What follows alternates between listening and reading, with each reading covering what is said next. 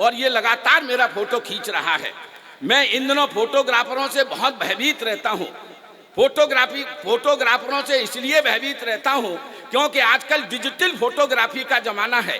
Digital photography में कई बार होता क्या है, ऊपर का हिस्सा किसी का और नीचे का किसी का। उदाहरण के लिए ऊपर ऊपर लटूरी लट और नीचे नीचे आलिया भट्ट, कपड़े उतारे वो और सत्यानाश हो जाए मेरा। मैं अपनी हिंदी के लिए 4 पंक्तियां खड़ी करके हास्य के उस योद्धा को आवाज देना चाहता हूं जो रीवा से चलकर हमारे बीच पहुंचा है। वो हिंदी के बल सारी दुनिया डोल लेता है, वो हिंदी के बल सारी दुनिया डोल लेता है, और अंग्रेजी तो पौआ पीकर भी बोल लेता है। वो हिंदी के बल सारी दुनिया डोल लेता है, अंग्रेजी तो पौआ पीकर भी बोल लेता है। न जाने क्यों इतनी मिठास है अपनी भाषा में, क्या बोलने से पहले मिश्री घोल लेता है। तो मिश्री जैसी मिठास मेरी भाषा में, जिसको मैं आज का कवि सम्मेलन भगवान महावीर के जन्म कल्याण का समर्पित करता हूं आपको। और पहला कवि जो रीवा से चलकर पहुंचा है, जिसका नाम है कामता माखन, जो आपको माखन लगाने आ रहा है, और जो मक्खन लगाता है उसके लिए तालियां ज्यादा बजानी पड़ती हैं। पीछे खड़े हुए सांभाओ, बैठ जाओ कालिया आ गया है। बहुत बढ़िया कार्यक्रम चल रहा है। रोहित शर्मा की उपस्थिति में हार्दिक पांड्या से ओपनिंग कराई जा रही है। अब 60 उल्टे सीधे लगे तो मेरी कोई गलती नहीं है, थोड़ी सी इसकी आवाज बढ़ा देनी है, मेरे अंदर से कम निकलती है। बताया गया कि 7-8 बजे से इस मंच पर सम्मान चल रहा है, 8 बजे से कवि सम्मेलन होना था, और जब हम लोग आए तब तक सम्मान चलता ही रहा। हम पिछले दिनों दिल्ली गए थे, शंभू दादा ने मुझे बुलाया था। भाई साहब 4 घंटे का कार्यक्रम था और 3 घंटे तक सिर्फ सम्मान चला। मजाक का विषय नहीं, रोली से, चंदन से, फूल से, माला से, साल से, श्रीफल से, सिर्फ राइफल से बचा था। अब मुझे लगा वो आज यहां होगा।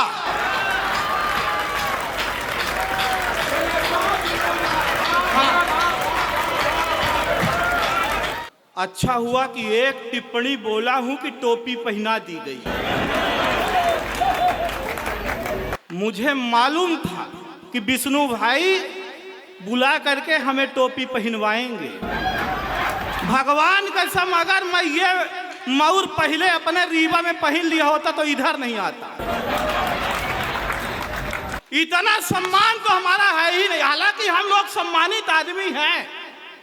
मेरा सम्मान देखिए, वो 5-7 मिनट के लिए स्टार्ट हो जाइएगा। मैं बहुत टैलेंटेड आदमी हूं भाई साहब, मेरे अंदर टैलेंट कूट कूट के भरा है। ये अलग बात है कि इतना कूट दिया गया है। हाँ, बचपन से पहले माता पिता ने कूट के भरा, अब आजकल बीबी कूट के भर रही है। हाँ, मजाक का बिल्कुल विषय नहीं है। 5-7 मिनट। अब मेरा सम्मान देखिए, मैं जब उधर से आया तो गेट पे ही मेरा सम्मान हो गया। 2 लोग आपस में बात कर रहे थे, एक ने दूसरे से कहा, इसे कामता माखन को पहचानते हो? तो दूसरे ने कहा, नहीं पहचानता। कौन है? तो पहले ने कहा, शंभू शिखर का छोटा भाई है। कहीं तुझे कैसे पता? कहीं कलर मिला ले।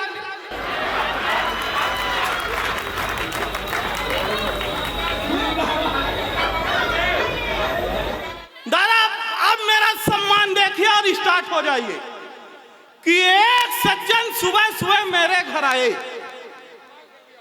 एक सज्जन सुबह सुबह मेरे घर आए, दरवाजा खटखटाए। दरवाजा खोलते हुए मैंने पूछा, फरमाइए। वो हमारे हाथ में चना दे के बोले, पहले खाइए। मैं चना खाते हुए ही पूछा, सुबह सुबह कहां से आ रहे हैं और ये बताइए चना क्यों खिला रहे हैं? वो बोले आज शनिवार है। हम बोले शनिवार हो, बुधवार हो, रविवार हो, पर आप चना क्यों खिला रहे हैं? वो बोले यही तो बता रहे हैं। फिरोजाबाद के एक पंडित जी ने मुझसे कहा था शनिवार के दिन आप किसी काले कुत्ते को चना खिलाइए।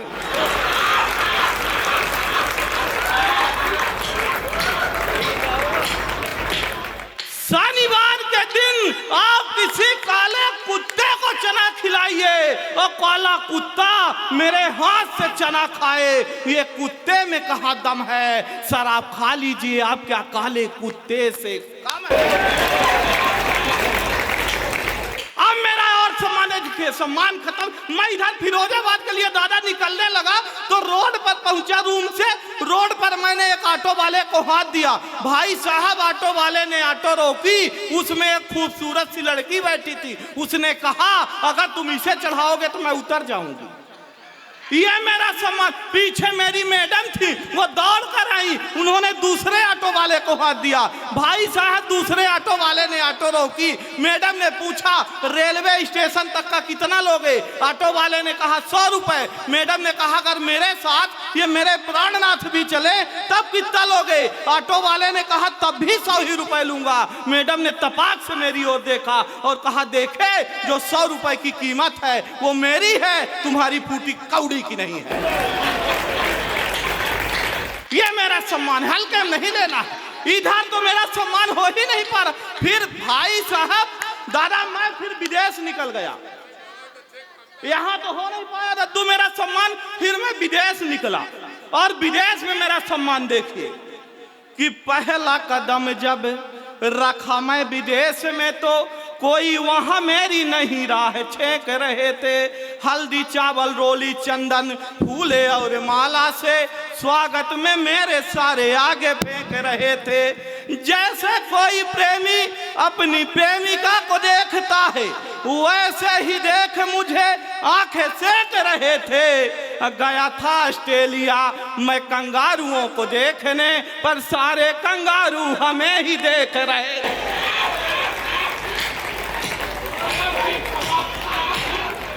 ये मेरा सम्मान है, हल्के में नहीं लेना। मैं सफेद शेरों की धरती रीवा से आया हूं।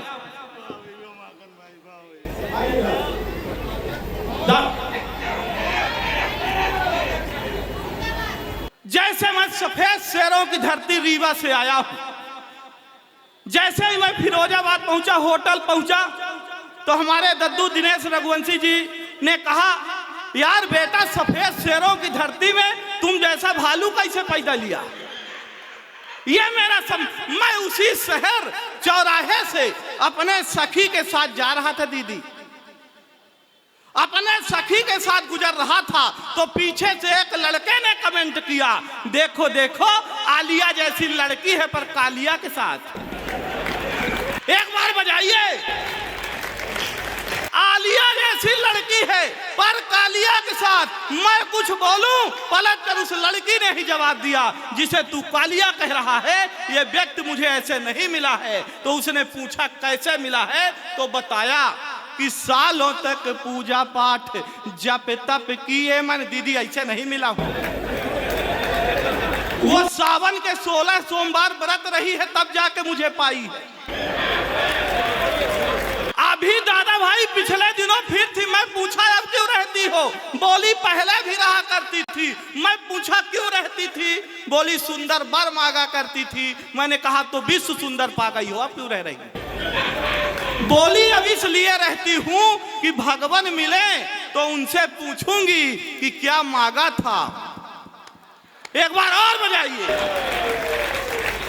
कि सालों तक पूजा पाठ जप तप किए मैंने तब जाके मेरे लिए प्यार लेके आए हैं। दुनिया की नजरों में लायक न प्यार मेरा फिर भी ये मेरे लिए यार लेके आए हैं। बहार लेके आए हैं, फुहार लेके आए हैं, फुहार लेके आए हैं, बहार लेके आए हैं। मेरे लिए हीरो वाला हार लेके आए हैं। और मेरे इस तप का तो यही परिणाम मिला। शनिदेव स्वयं अवतार लेके